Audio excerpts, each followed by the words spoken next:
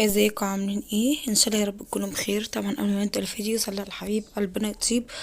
اللهم صل وسلم وبارك على سيدنا محمد وعلى اله واصحابه اجمعين. اللي مشتركش في القناه ينزل يشترك ويحط لايك. هنا بقى هنعمل ايه؟ هنعمل بتنجان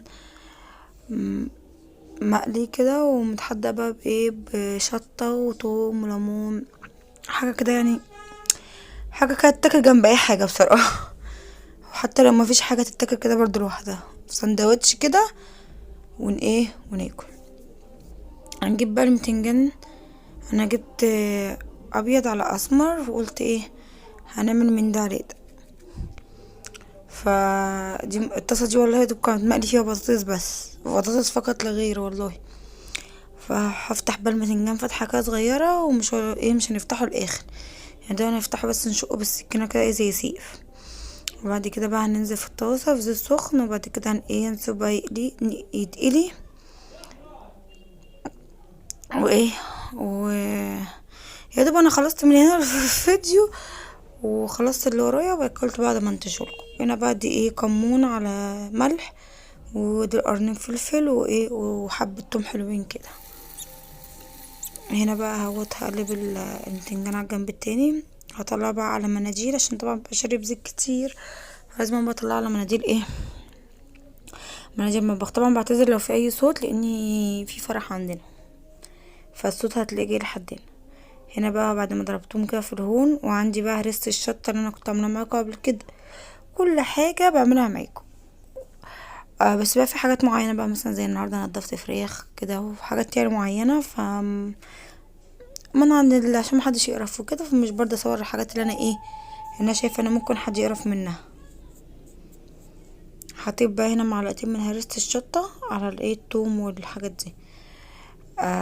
انا بحط البرطمان في الفريزر، بطلعه على طول يا دوب قبلها ب10 دقايق، مفيش 10 دقايق كمان، باخد منه برجعه تاني الفريزر. هنا بقى هو هقلب بقى كده هحصر بقى ليمونه.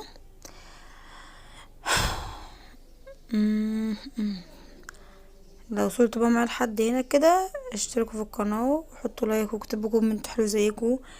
انا والله يعني بنزل عشان خاطر خلاص دي حاجه اتعلقت بيها، مش عشان حاجه، لا بس انا شايفه ان مفيش اي تفاعل خالص في القناه نهائي نهائي نهائي نهائي، غير يعني ناس تسلم ايديها على اللايك اللي بيحطوه، يسلم ايدهم برضو على ايه، على على الكومنت اللي بيكتبوه. والله انتوا بتسعدوني وبرد عليكم على طول، يعني ايه كومنت انتوا بتكتبوه انا برد عليكم على طول.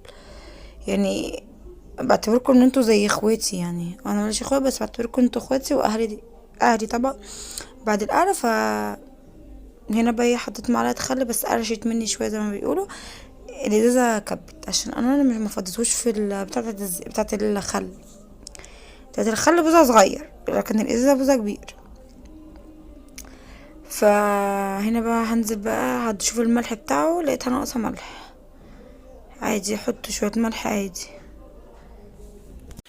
بعد كده هنا بقى خلاص شايفين الدقه دي، بقى همسك بقى البتنجان كله احطه فيها، هقلبها طبعا كويس عشان لو في اي ملح ما تبقاش ايه حته حادقه او حته دلع، يبقى كله ايه.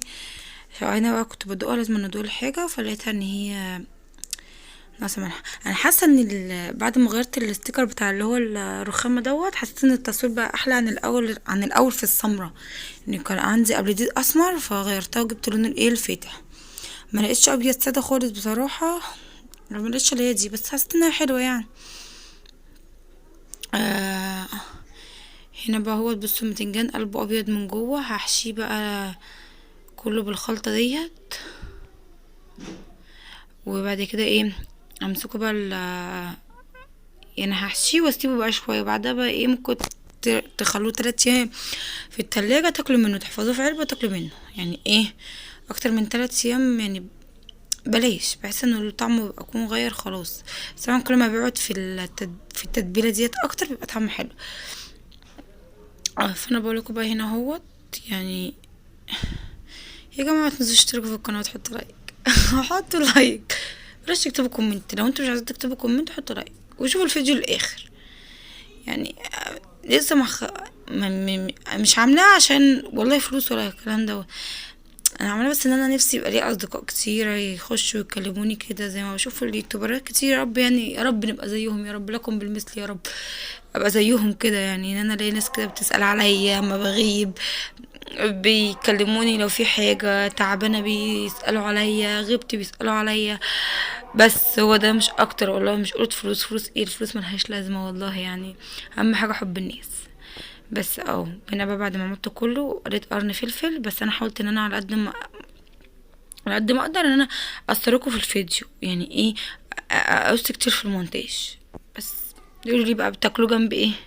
اشوفكم في فيديو جديد، ومع السلامة، وفي امان الله. بحبكم في الله.